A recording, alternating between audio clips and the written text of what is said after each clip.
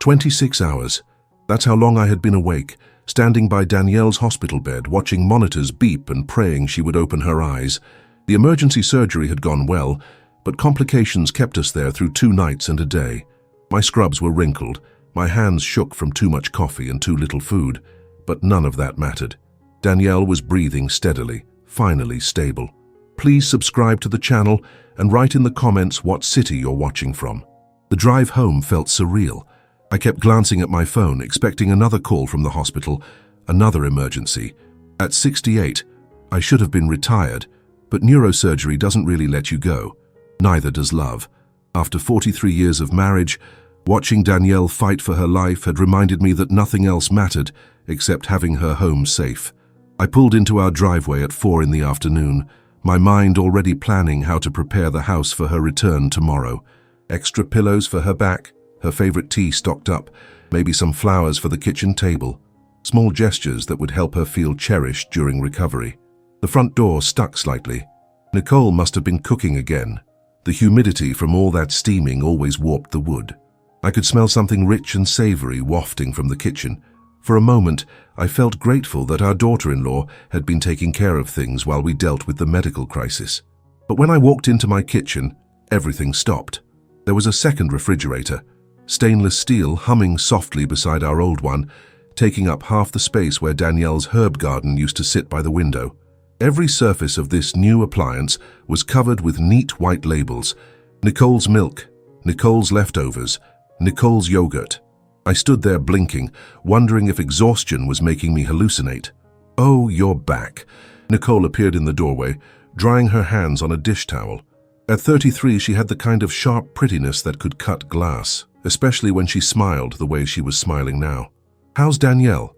She's stable. Coming home tomorrow." I gestured weakly toward the new refrigerator. "Nicole, what is this?" Her smile never wavered. "It's mine. I bought it yesterday since there wasn't enough space for my food in your refrigerator." She said your refrigerator like she was referring to something antiquated and insufficient. "From now on, you'll need to buy your own food. I've labeled everything so there won't be any confusion." The words hit me like ice water. I looked around my own kitchen, the kitchen Danielle and I had remodeled 15 years ago, where we'd hosted every holiday dinner, where I'd made her coffee every morning for 4 decades. Nicole had reorganized everything. Her coffee maker sat where ours used to be. Her dishes filled the drying rack. Her groceries covered the counters. "I don't understand," I said slowly. "This is our home, Nicole." "Of course it is." Her tone was patient, like she was explaining something obvious to a confused child. "But I'm living here now too, taking care of things, and I need my own space for my own things. It's only fair." Fair. The word echoed in my head. I had just spent 26 hours fighting to save my wife's life, and I was coming home to be told that sharing my own refrigerator wasn't fair. "Where's Michael?" I asked, referring to my son, Nicole's husband. "At work, obviously. Someone has to earn money while you've been at the hospital." Another smile sweet as poison. "He agrees that we need better organization around here. Everything clearly marked, everyone responsible for their own things." I opened our original refrigerator, my refrigerator apparently, and found it nearly empty.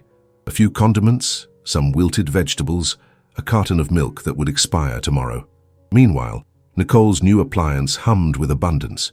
Through the glass shelves I could see fresh produce, premium meats, imported cheeses, everything a well-stocked kitchen should contain.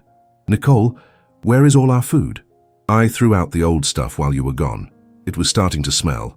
She folded the dish towel with precise creases. "I couldn't have Danielle coming home to a kitchen full of spoiled food. That wouldn't be healthy for her recovery." Spoiled food. Our groceries, bought 3 days ago before the emergency surgery, had been spoiled, but somehow Nicole's identical items in her refrigerator were perfectly fresh. I sank onto one of the kitchen stools, feeling the weight of every sleepless hour. "When did you decide to move in permanently?" "Oh, Leonard." She moved closer, her voice taking on a concerned, almost therapeutic tone. "I'm not moved in permanently. I'm here to help during Danielle's recovery. Someone needs to manage the household while you're dealing with your medical responsibilities." Medical responsibilities. Like saving my wife's life was just another item on a to-do list. "But you can't expect me to maintain 2 separate kitchens for just a few weeks," she continued. "It's more efficient this way. Cleaner boundaries." Less stress for everyone, especially Danielle. I stared at the labels covering her refrigerator. Each one was printed in the same neat font, like she'd planned this systematically. Nicole's butter, Nicole's bread, Nicole's orange juice. She had labeled items I'd been buying for my own home for decades. What am I supposed to eat tonight? I asked. Well, you'll need to go shopping, won't you? Her smile widened. There's a grocery store just 15 minutes away. Very convenient. 26 hours ago, I had been performing emergency surgery, using skills developed over 30 years to save human lives. Now I was being told I needed permission to eat food in my own kitchen. Nicole, this isn't reasonable. Her expression shifted just slightly. The sweet concern was replaced by something cooler, more calculating. Leonard, I think you're overtired. This is a very reasonable arrangement for everyone involved. Danielle needs peace and organization during her recovery. Fighting over refrigerator space would be stressful for her. Fighting. I wasn't fighting. I was asking basic questions about basic things in my own home. Maybe you should rest, she continued. You look exhausted. We can discuss household arrangements tomorrow when you're thinking more clearly. The dismissal was complete. In my own kitchen, I was being sent to my room like a difficult child. Nicole began wiping down counters that were already spotless, humming softly to herself, completely comfortable in the space she had claimed. I climbed the stairs to our bedroom, each step feeling heavier than the last. The bed looked enormous and empty without Danielle. Her pillow still smelled like her shampoo. Tomorrow she would be home, and I would have to explain why our kitchen had been divided like enemy territory. But as I lay there in the gathering darkness, one thought kept circling through my mind. How had Nicole known exactly when to buy that refrigerator? How had she known we would be at the hospital long enough for her to completely reorganize our home? And why did she seem so confident that I wouldn't fight back? The next morning I woke to the sound of Nicole talking on the phone in the kitchen below. Her voice carried clearly through the old house's thin floors. No, Mother Patricia, he's definitely showing signs of instability. Yesterday he seemed completely confused about basic household arrangements. I'm worried about Danielle's safety when she comes home. I lay frozen in bed, listening to my daughter-in-law discuss my mental state with someone named Patricia. Who was Mother Patricia? Of course I've documented everything. The forgetfulness, the inappropriate reactions, the way he gets angry over small changes. Michael is concerned too. We both think it might be early dementia, brought on by the stress of Danielle's medical situation. Dementia. I sat up sharply, fully awake now. Nicole was telling someone I had dementia. Her voice continued, professional and concerned. I've been staying here to monitor the situation. Someone needs to protect Danielle from additional stress. Leonard's behavior has become quite unpredictable. I crept to the top of the stairs, straining to hear every word. The refrigerator incident yesterday was particularly telling. I made a simple, reasonable arrangement to help organize the kitchen during Danielle's recovery, and he became completely irrational about it. Couldn't understand basic explanations, kept asking the same questions over and over. My hands gripped the banister. The refrigerator incident. She was rewriting what had happened, turning my reasonable questions into symptoms of mental decline. Yes, I think we should schedule an evaluation as soon as possible, for everyone's safety. The call ended, and I heard Nicole moving around the kitchen, preparing what smelled like an elaborate breakfast. I showered and dressed carefully, trying to appear as composed and rational as possible. Whatever game Nicole was playing, I needed to understand the rules. When I came downstairs, she greeted me with bright cheerfulness. "Good morning, Leonard. I made eggs Benedict for breakfast. Would you like some?" The kitchen smelled incredible. Nicole stood at the stove, perfectly dressed and made up despite the early hour, looking like a magazine photo of domestic perfection. "That's very kind, but I can make my own breakfast," I said carefully. Her smile faltered for just a moment. "Oh, but I've already prepared plenty, and you look so tired still. Are you feeling all right?" "I'm fine, Nicole. Are you sure? You seemed very confused yesterday about the kitchen arrangements. I was worried you might be coming down with something." There it was, the setup. She was creating a narrative where any resistance to her control became evidence of my mental decline. "I wasn't confused," I said evenly. "I was surprised to find a second refrigerator in my kitchen without discussion." Nicole's expression shifted to one of gentle concern. "Leonard, we did discuss it. Don't you remember? I explained that I needed more space to prepare proper meals for Danielle's recovery. You agreed it was a good idea. The gaslighting was so smooth, so confident, that for a moment I doubted myself. Had we discussed it? Had I agreed? The past 3 days were a blur of medical emergencies and sleepless worry. I don't remember agreeing to that, I said. Well, that's what I'm concerned about. Nicole moved closer, her voice taking on that therapeutic tone again. You've been under tremendous stress. It's not unusual for people your age to experience memory issues during crisis situations. People your age. I was 68, not 98, and my mind was as sharp as it had ever been. Nicole, I need to ask you something directly. How long are you planning to stay here? Oh, Leonard. She sighed as if I'd asked something inappropriate. I'm here to help. Danielle is going to need weeks of recovery care. Someone has to manage her medications, her physical therapy appointments, her dietary restrictions. You can't possibly handle all of that on your own. I've been taking care of Danielle for 43 years. Yes, but not when she's been seriously ill, not when she needs specialized care. Nicole began loading dishes into the dishwasher with efficient movements. Michael and I have discussed this extensively. We think it's best if I stay until Danielle is fully recovered. Michael and I. My son was making decisions about my household without consulting me. When did you and Michael discuss this? Several times over the past few weeks, ever since Danielle's health started declining. Nicole paused, studying my face. You really don't remember any of these conversations, do you? The truth was I didn't remember, but that wasn't because of memory loss. It was because these conversations had never included me. Michael and Nicole had been planning my life without my participation.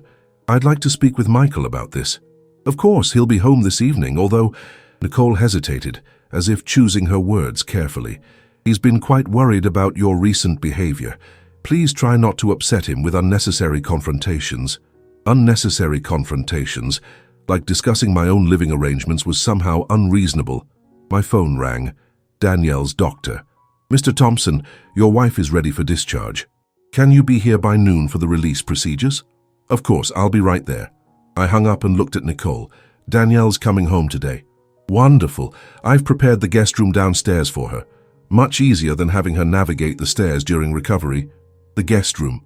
Our bedroom was upstairs where we'd slept together for decades, but Nicole had decided Danielle should sleep in the guest room. Danielle would prefer our own bedroom, I said. Leonard, think practically. The bathroom is down the hall from the guest room, much more convenient for someone recovering from surgery, and if she needs help during the night, I'll be right there to assist. You'll be right there. Not me, her husband, Nicole. I can take care of my wife. Of course you can. Her tone was patronizing now, barely concealed. But you need your rest too. You've been under such stress lately. It would be better for everyone if I handled the night care duties. I stared at this woman who was systematically removing me from my own life. She had taken over my kitchen, my household decisions, and now she wanted to take over caring for my wife. I'm going to get Danielle now, I said. I'll come with you. Someone should be there to help with the medical instructions. You know how confusing all those medication schedules can be. I'm a neurosurgeon, Nicole. I think I can handle medication schedules. Her laugh was light, musical, and completely condescending. Of course you can, Leonard, in your professional capacity. But this is different. This is personal care, home nursing. It requires a different skill set. I left the house without another word, my hands shaking as I started the car. In the rearview mirror, I saw Nicole watching from the kitchen window, her expression unreadable. During the drive to the hospital, pieces began falling into place. The phone call this morning about my instability. The convenient absence of Michael during all these household changes. The way Nicole spoke about documenting my behavior. She wasn't just taking over my home. She was building a case that I was incompetent to manage it, and somehow she had convinced my own son to help her do it. Danielle looked fragile sitting in the hospital wheelchair, but her eyes were bright and alert. The surgery had been successful, and her recovery was progressing better than expected. She squeezed my hand as the nurse wheeled her toward the car. I can't wait to sleep in our own bed, she said softly. My stomach clenched. Actually, honey, Nicole has prepared the guest room downstairs for you. She thinks it would be easier during your recovery. Danielle's brow furrowed. The guest room? But I want to be in our bedroom, Leonard. With you. I know. I want that too. But Nicole has been organizing things while we were here. Something in my tone must have alerted Danielle because she studied my face carefully. After 43 years of marriage, she could read me better than anyone. "What's wrong?" she asked as I helped her into the passenger seat. "Nothing's wrong. Nicole's just been very helpful." During the drive home, I tried to prepare Danielle for what we would find. I told her about the second refrigerator, about Nicole's organizational systems, about the way she had rearranged our kitchen. I tried to keep my voice neutral, but Danielle wasn't fooled. "She moved into our house while I was unconscious. She says she's here to help with your recovery." "Leonard, look at me." Danielle's voice was stronger than it had been in days. "What aren't you telling me?" I pulled into our driveway and turned off the engine. "I think Nicole is trying to establish permanent residence in our home, and I think she's convinced Michael that I'm not capable of taking care of you properly." Danielle was quiet for a long moment. "How convinced?" "She was on the phone this morning discussing my mental state with someone, talking about dementia, instability, the need for evaluation." "Evaluation?" Danielle's voice went sharp. "Medical evaluation?" "I think so." We sat in the car, both of us staring at our own house, which suddenly felt less like home and more like enemy territory. "We need to be very careful," Danielle said finally. "If Nicole is building some kind of case against you, we can't give her any ammunition." Nicole appeared at the front door before we could say more, beaming with welcoming energy. She had changed into a pale blue dress that made her look like a nurse from a 1950s movie. Competent, caring, indispensable. "Danielle, welcome home." Nicole hurried down the front steps with a wheelchair she had apparently acquired from somewhere. "I thought this would be easier than having you walk." "I can walk fine," Danielle said politely. "The doctor said movement is good for my recovery." "Of course, but we don't want to overdo it on your first day home." Nicole's smile never wavered. "I've prepared everything for your comfort. Fresh flowers in the guest room, your favorite magazines, and I've researched the perfect nutrition plan for surgical recovery." Danielle glanced at me, then back at Nicole. "That's very thoughtful, but I'd prefer to recover in my own bedroom." "Oh, but Danielle, the guest room is so much more practical. The bathroom is closer, the bed is lower, and I've set up a lovely sitting area by the window where you can rest during the day." "I appreciate the effort, Nicole, but I want to sleep in my own bed with my husband." Nicole's expression flickered just for a moment. Then the concerned smile returned. "Well, of course, if that's what you prefer. But Leonard, you'll need to be very careful about Danielle's mobility at night. The stairs could be dangerous if she becomes disoriented by pain medication." Disoriented. Another subtle suggestion that Danielle might not be competent to make her own decisions. Inside the house, Danielle stopped short when she saw the kitchen. The second refrigerator dominated the space, humming with self-importance. Nicole began an enthusiastic tour of her organizational improvements. "I've labeled everything clearly so there's no confusion about food ownership. I've also created a medication chart for your recovery schedule, and I've arranged for a physical therapist to come 3 times a week." "You arranged for a physical therapist?" I asked. "Without consulting us." "Well, someone had to take care of the practical details." Nicole's tone suggested this was obvious. "You've been so focused on the medical aspects that the home care planning fell to me." Danielle moved slowly through our transformed kitchen, touching surfaces that had been rearranged, opening cabinets that had been reorganized. "Nicole, where are my cooking things?" "I've stored them safely in the pantry. During your recovery, I'll be handling all the meal preparation. It's important that you rest completely. But I enjoy cooking. It's relaxing for me." "Oh, Danielle, you can't possibly think about cooking right now.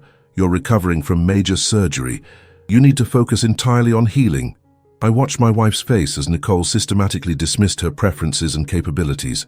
Danielle was one of the strongest people I knew, but surgery and pain medication had left her physically vulnerable. Nicole was using that vulnerability to establish control. "I think I'd like to rest now," Danielle said quietly. "Of course. I'll help you get settled in the guest room. I'm going upstairs to our bedroom." Nicole's smile tightened. "Danielle, I really think the guest room would be more suitable for someone in your condition." "My condition is recovering from surgery, not losing my mind." Danielle's voice carried a hint of steel. "I'm perfectly capable of deciding where I want to sleep." I moved to help Danielle up the stairs, but Nicole intercepted us. "Leonard, are you sure you should be assisting with mobility? If Danielle falls, you could both be hurt. I have training in patient care." Training in patient care.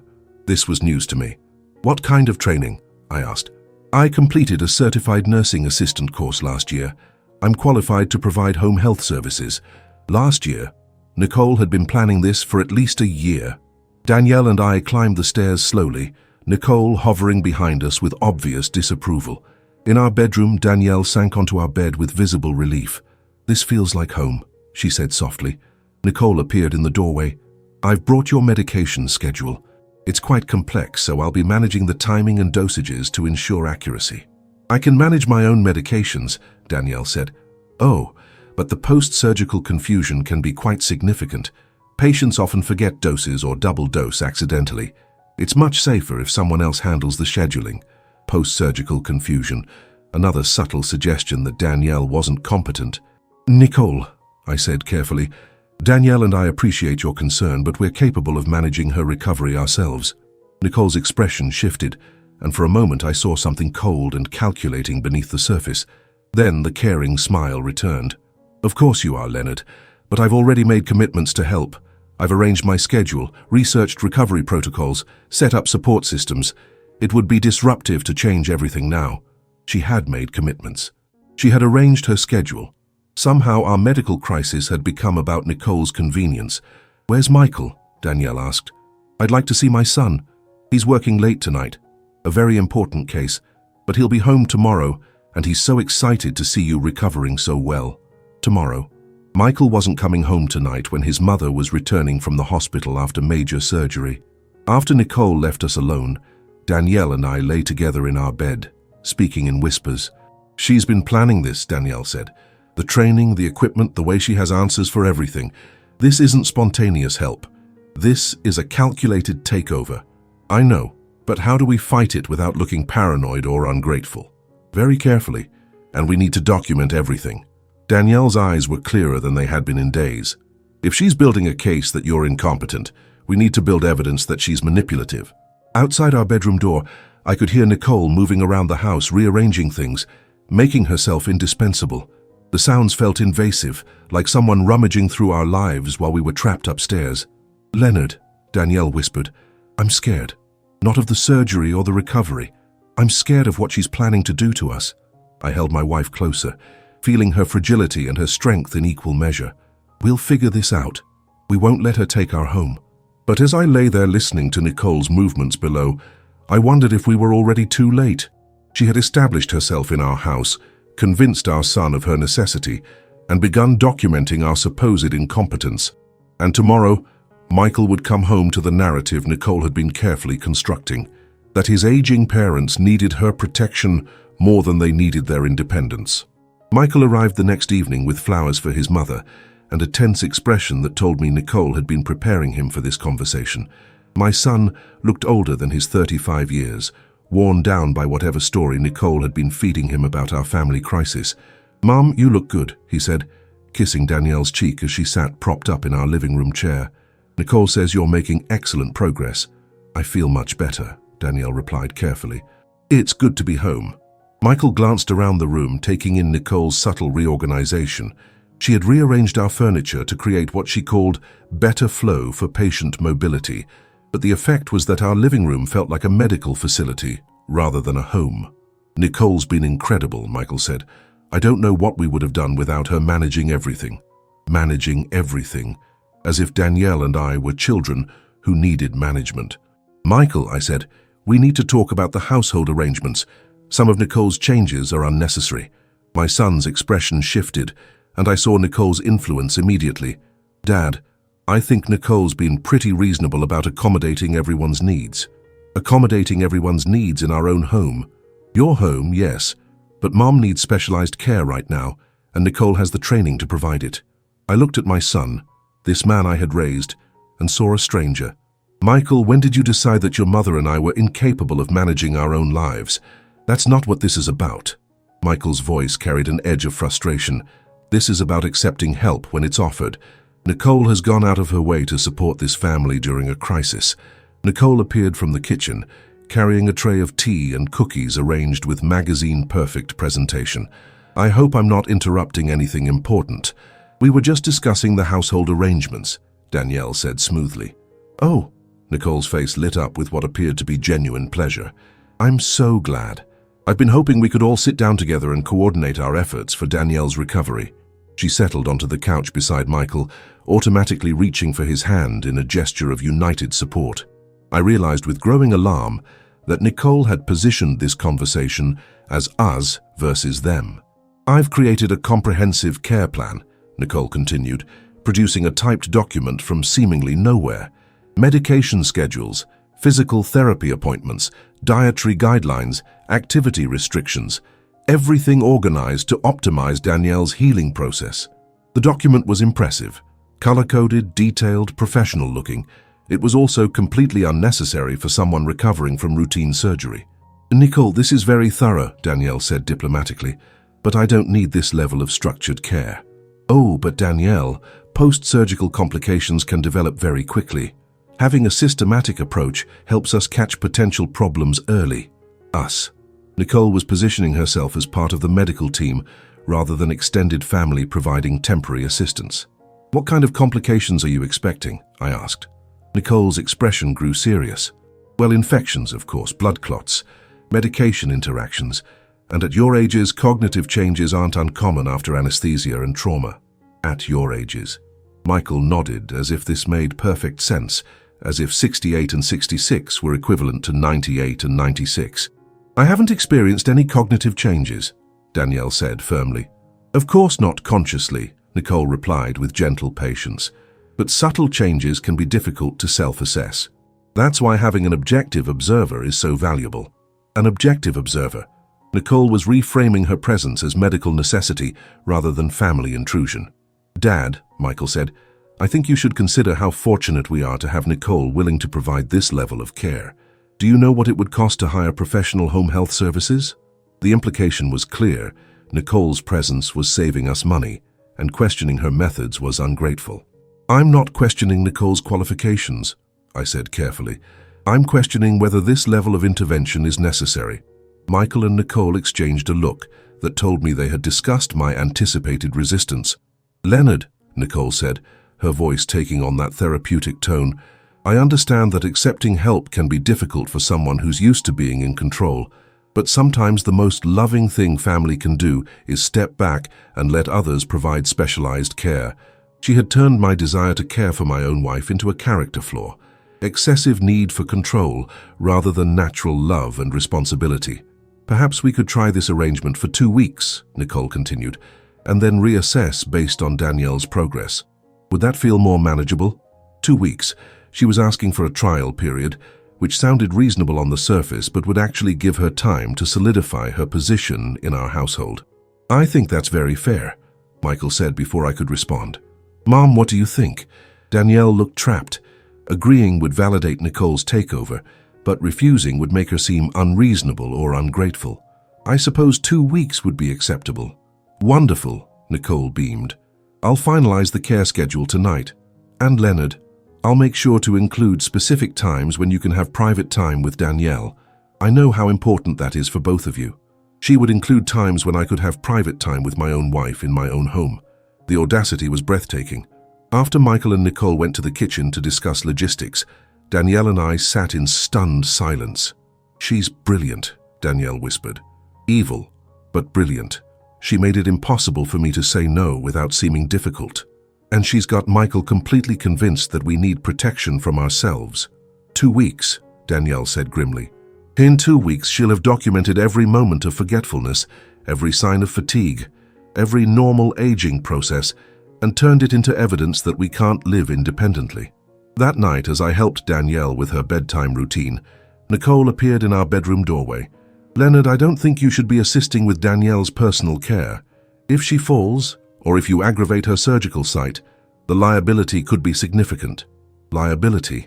She was introducing legal concerns into the most intimate aspects of our marriage. "I've been helping my wife for 43 years, I said. "Yes, but not when she's been medically fragile. I really think it would be safer if I handle her personal care needs." "Nicole," Danielle said firmly, "I want my husband to help me, not you." Nicole's smile tightened almost imperceptibly. "Of course, if that's your preference. But I'll need to document that you've chosen to decline recommended safety protocols." Document. She was going to document our refusal to follow her recommendations, creating a paper trail of our supposed poor judgment. After Nicole left, Danielle and I lay in bed, both of us staring at the ceiling. "She's going to document everything," Danielle said. "Every time we make a decision she disagrees with, every time we assert our independence, every time we don't follow her recommendations, she's going to write it down as evidence that we're incompetent. And in 2 weeks, she'll present Michael with a comprehensive report about why we can't be trusted to live alone. Leonard, we need to start building our own documentation. If she wants to play the professional care game, we need to beat her at it." I turned to look at my wife, seeing the determination in her eyes despite her physical weakness. "What do you have in mind?"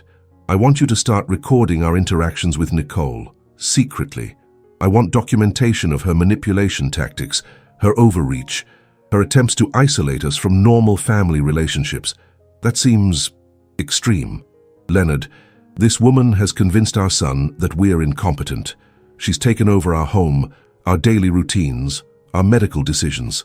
She's building a case to have us declared unfit to live independently.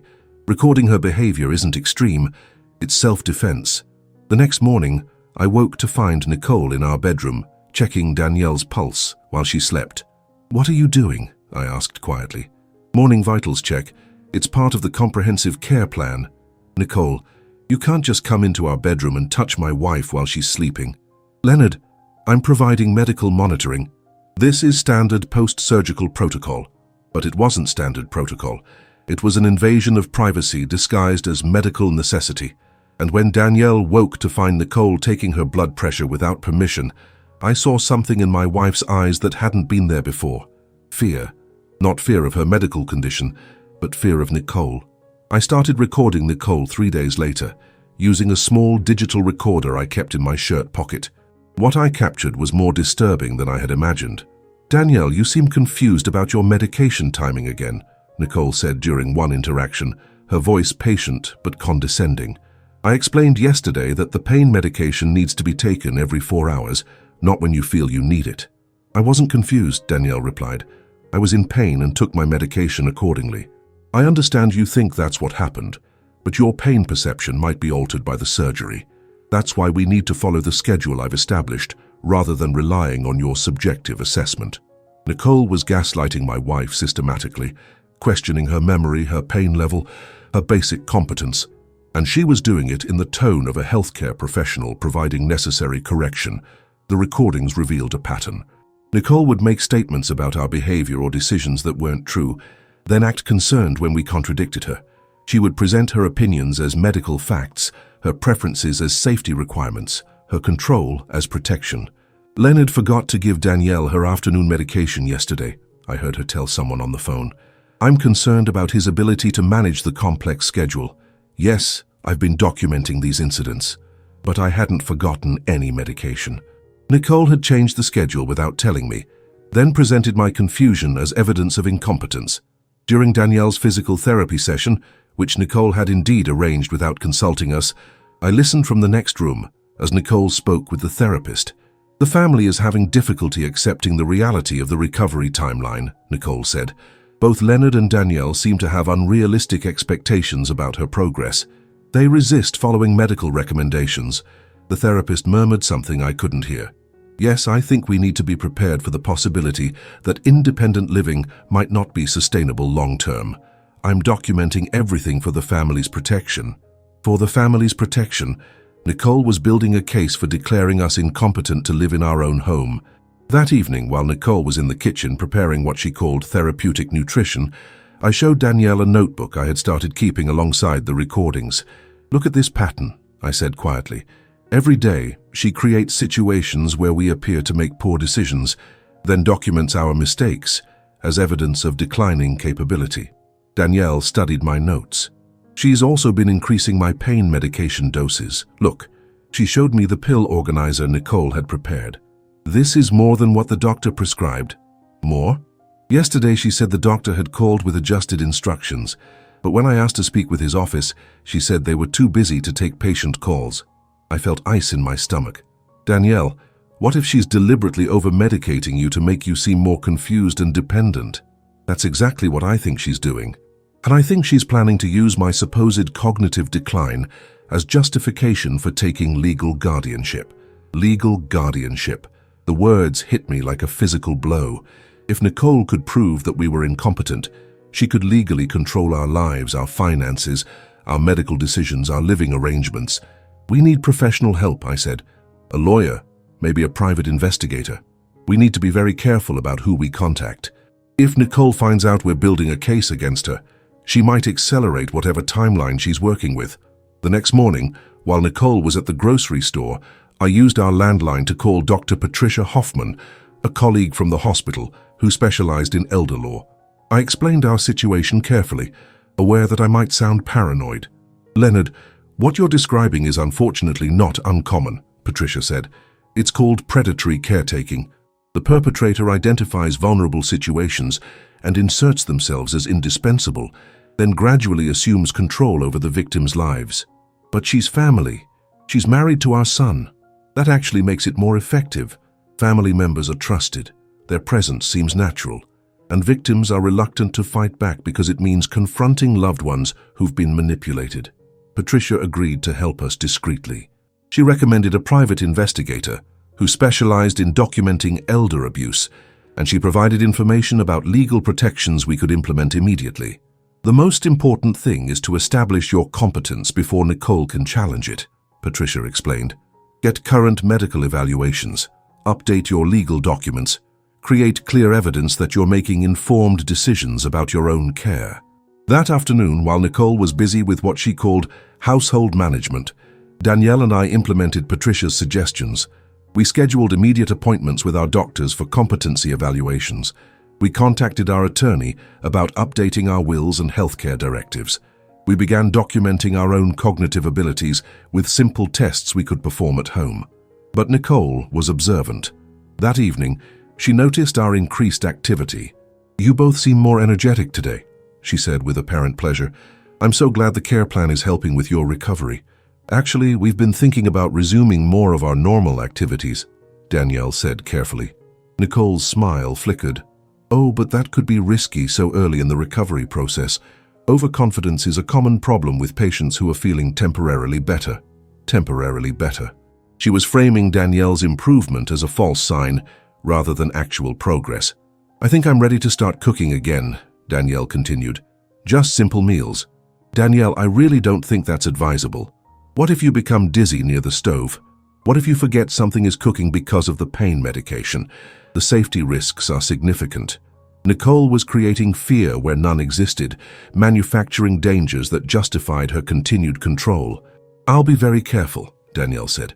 "I'm sure you believe you'll be careful, but judgment can be impaired in ways that aren't obvious to the patient. I think it would be much safer if I continue handling meal preparation." That night, Nicole made a phone call I managed to record completely. "Mother Patricia, I'm increasingly concerned about both of them. They're showing signs of what I can only call denial about their limitations." Today, Danielle insisted she was ready to cook, despite obvious cognitive and physical impairments. "Mother Patricia, I finally understood who Nicole had been calling. This wasn't a healthcare professional or family member.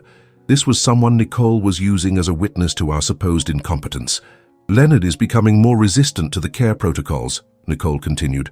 "I think he feels threatened by my presence, which could indicate paranoid thinking developing alongside the other cognitive changes." Paranoid thinking. My recognition of her manipulation was being reframed as a symptom of mental decline. "Yes, I think we need to accelerate the timeline. If they continue to resist appropriate care, someone could get seriously hurt. I have documentation of multiple incidents where they've shown poor judgment. Accelerate the timeline." Whatever Nicole was planning, she was moving faster now because we were fighting back. "I'll call Michael tomorrow and discuss the need for more formal intervention. Yes, I think legal guardianship might be the only way to protect them from their own poor decisions." After the call ended, I found Danielle in our bedroom packing a small bag. "What are you doing?" "Tomorrow morning, while Nicole is at her yoga class, we're leaving," Danielle said quietly. "We're going to Patricia's office, then to the hospital for those competency evaluations, then to our attorney. We're going to establish our competence legally before Nicole can challenge it. What about the house? What about our things? Leonard, if we don't act now, we're going to lose everything anyway. Nicole is planning to have us declared incompetent within days. Once that happens, we lose all control over our lives." I helped Danielle pack essential documents, medications, and clothes. As we worked, I felt something I hadn't experienced in weeks. Hope. We were finally taking action instead of just defending ourselves. "What about Michael?" I asked. "We'll deal with Michael after we've protected ourselves legally. Right now, he believes Nicole's version of reality. But once we have professional documentation of our competence and evidence of Nicole's manipulation, he'll have to face the truth." The next morning, Nicole left for her yoga class at 9 o'clock, just as she had every Tuesday for the past month. Danielle and I waited 10 minutes, then quietly left our own home like refugees escaping persecution. As I backed out of our driveway, I saw Nicole's second refrigerator through the kitchen window, still humming with its labels and boundaries. But for the first time in weeks, I felt like we had a chance to reclaim our lives. The battle was far from over, but at least now we were fighting back. The private investigator Patricia recommended was a former police detective named Sarah Chen, who specialized in family exploitation cases. Within 48 hours of our meeting, she had uncovered information that made my blood run cold. "Nicole has done this before," Sarah said, spreading documents across Patricia's conference table. "3 times in the past 7 years. Always targeting older family members during health crises, always positioning herself as the indispensable caregiver." The documents showed a pattern of manipulation that was both sophisticated and devastating. Nicole had convinced an elderly uncle to sign over power of attorney during cancer treatment, then moved him into a care facility while selling his house for medical expenses. She had taken guardianship of her former mother-in-law during dementia treatment, then systematically liquidated the woman's assets for care costs. "What happened to these people?" Danielle asked. "The uncle died in the care facility 6 months after she gained control. The mother-in-law is still alive but has been declared incompetent. Nicole controls her entire estate. How is this legal? Because Nicole is very careful about documentation. She creates paper trails that support her narrative of providing necessary protection for vulnerable people, and she always has family members who believe they're helping. Like Michael. My son had been unknowingly participating in a pattern of elder abuse that Nicole had perfected over years. The good news," Sarah continued, "is that your medical evaluations came back completely normal. Both of you tested well within normal cognitive ranges for your ages. That gives us strong evidence that Nicole's concerns about your competence are manufactured." Dr. Richards, the geriatric psychiatrist Patricia had recommended, had been thorough in his assessment. Memory tests, cognitive evaluations, psychiatric screening, everything demonstrated that Danielle and I were fully capable of managing our own lives. "We also have the recordings," Patricia added. Nicole's systematic gaslighting, her exaggeration of medical concerns, her false statements about doctor's orders, it all supports a pattern of psychological manipulation. The recordings had been transcribed and analyzed. When viewed as a whole, Nicole's behavior showed clear intent to undermine our confidence and competence while positioning herself as our necessary protector. "What's our next step?" I asked. "We confront Nicole, but we do it strategically," Patricia said. "We want her to reveal more of her intentions while Michael is present to witness it." Sarah had discovered that Nicole was planning to file for emergency guardianship the following week, claiming that we were in immediate danger due to cognitive decline and poor judgment. She had already prepared documentation describing multiple incidents of confusion, unsafe behavior, and resistance to appropriate care. "She's going to claim that you're leaving the house for these evaluations proves you're paranoid and making dangerous decisions," Sarah explained. "She'll say you're hiding from necessary medical care." We needed to get ahead of Nicole's narrative by presenting the truth to Michael before she could spin our actions as evidence of incompetence. That evening, we returned home to find Nicole in a state of carefully controlled panic. She had called Michael, the police, and several neighbors when she discovered we were missing. "Thank God you're safe," she said, embracing Danielle with theatrical relief. "I was so worried when I found you gone. Where have you been?" "We had medical appointments," Danielle said calmly. "Medical appointments? But I handle all your medical scheduling. Why didn't you tell me?" "Because we're capable of making our own appointments," I said. Nicole's expression shifted, revealing a flash of something cold and calculating before the concerned mask returned. "Leonard, leaving without telling anyone where you're going isn't safe for someone in Danielle's condition. What if there had been an emergency?" "What kind of emergency?" Any kind. You're both recovering from trauma. Wandering around without supervision could be dangerous. Wandering around. Supervision. Nicole was already reframing our independent medical consultations as evidence of impaired judgment. Michael arrived 20 minutes later, clearly agitated. "Mom, Dad, Nicole said you disappeared this morning. She was terrified something had happened to you." "We went to see doctors," Danielle explained. "We're getting second opinions about my recovery." "Second opinions?" Michael looked confused. "But Nicole has been coordinating all your medical care. Why didn't you discuss this with her?" "Because we don't need Nicole's permission to see doctors," I said. Nicole stepped forward, her voice heavy with reluctant concern. "Michael, I think this is exactly what I was worried about. They're making impulsive decisions without considering the consequences, leaving during Danielle's recovery period, visiting doctors without coordinating care. It could be very dangerous." "What doctors did you see?" Michael asked. Patricia had coached us for this moment. We saw Dr. Richards for cognitive evaluation and Dr. Morrison for physical assessment. We wanted professional confirmation that we're competent to manage our own care. Cognitive evaluation. Nicole's voice rose slightly. "Why would you need cognitive evaluation?" "Because you've been telling people we're incompetent," Danielle said directly. The room went silent. Nicole's mask slipped for just a moment, revealing something predatory underneath. "Danielle, I think you're misunderstanding my concerns for your well-being," Nicole said carefully. "I've never suggested you're incompetent. I've only tried to provide appropriate support during a difficult recovery. You told someone on the phone that we were showing signs of cognitive decline and that legal guardianship might be necessary," I said. Nicole's face went pale. "Leonard, I think you might be confused about what you heard. I've never discussed guardianship with anyone. I recorded the conversation." The words hung in the air like an explosion. Nicole stared at me, her carefully constructed facade cracking visibly. "You recorded me?" "I recorded multiple conversations where you described us as incompetent, discussed plans to accelerate intervention, and talked about documenting our behavior as evidence against us." Michael looked back and forth between us, confusion and growing alarm crossing his features. "Dad, what are you talking about?" Patricia had advised us to reveal everything at once, preventing Nicole from controlling the narrative. "Nicole has been systematically building a case to have us declared incompetent so she can take legal control of our lives and assets.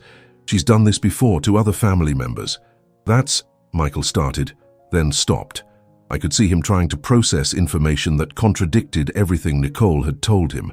Nicole recovered quickly, shifting into damage control mode. "Michael, I think the stress of Danielle's surgery has caused some paranoid thinking. This is actually a common reaction to trauma in older patients. They become suspicious of the people trying to help them." "Show him the recordings," Danielle said to me. I pulled out my phone and played the conversation where Nicole discussed accelerating the timeline for guardianship. Her voice filled our living room, cold and calculating as she described our supposed incompetence and dangerous decision-making.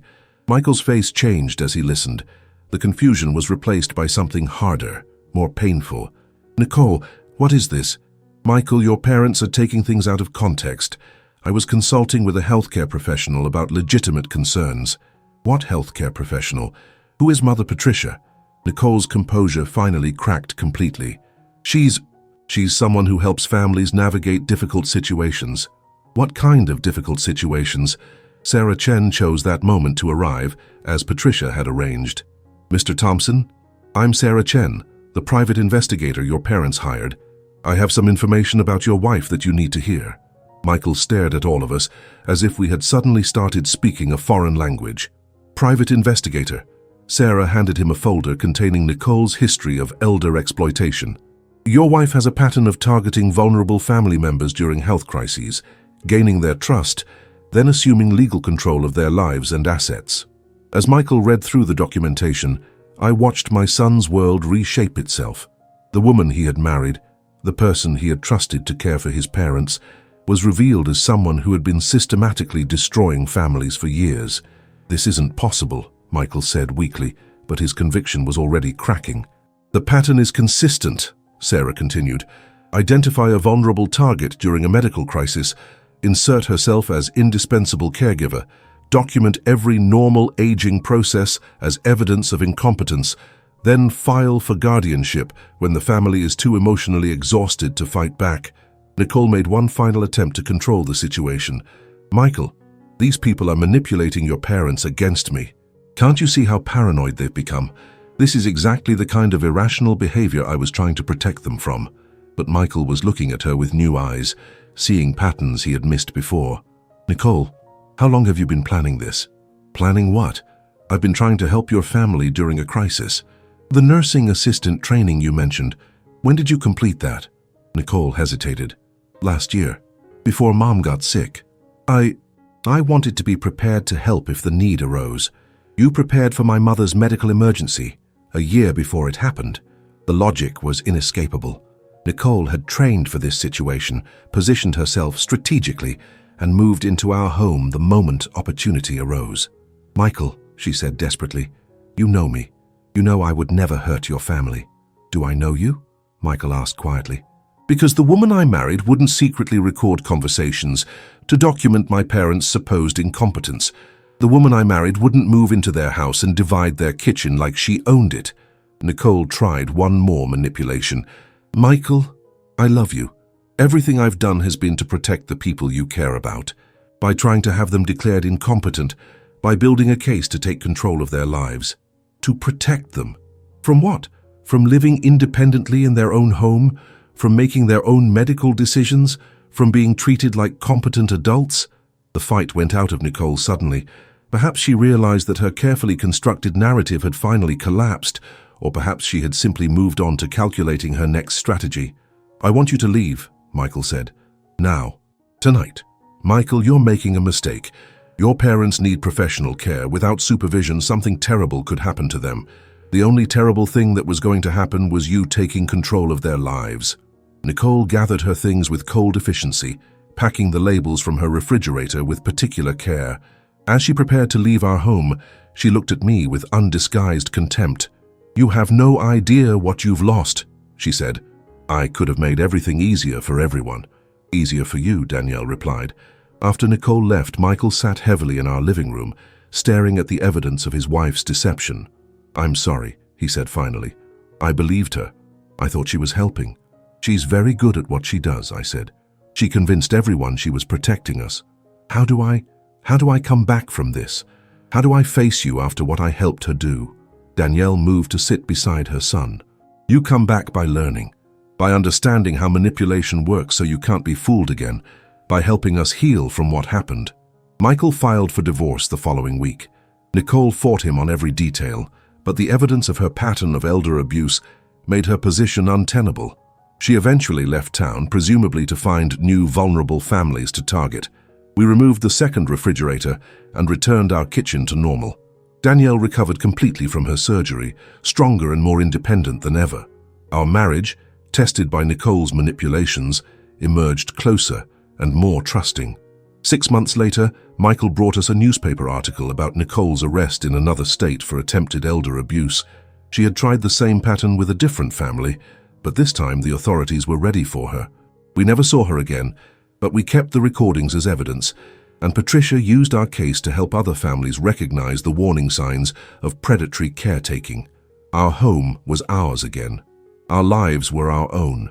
And we had learned that sometimes the most dangerous enemies come disguised as the people trying to help you.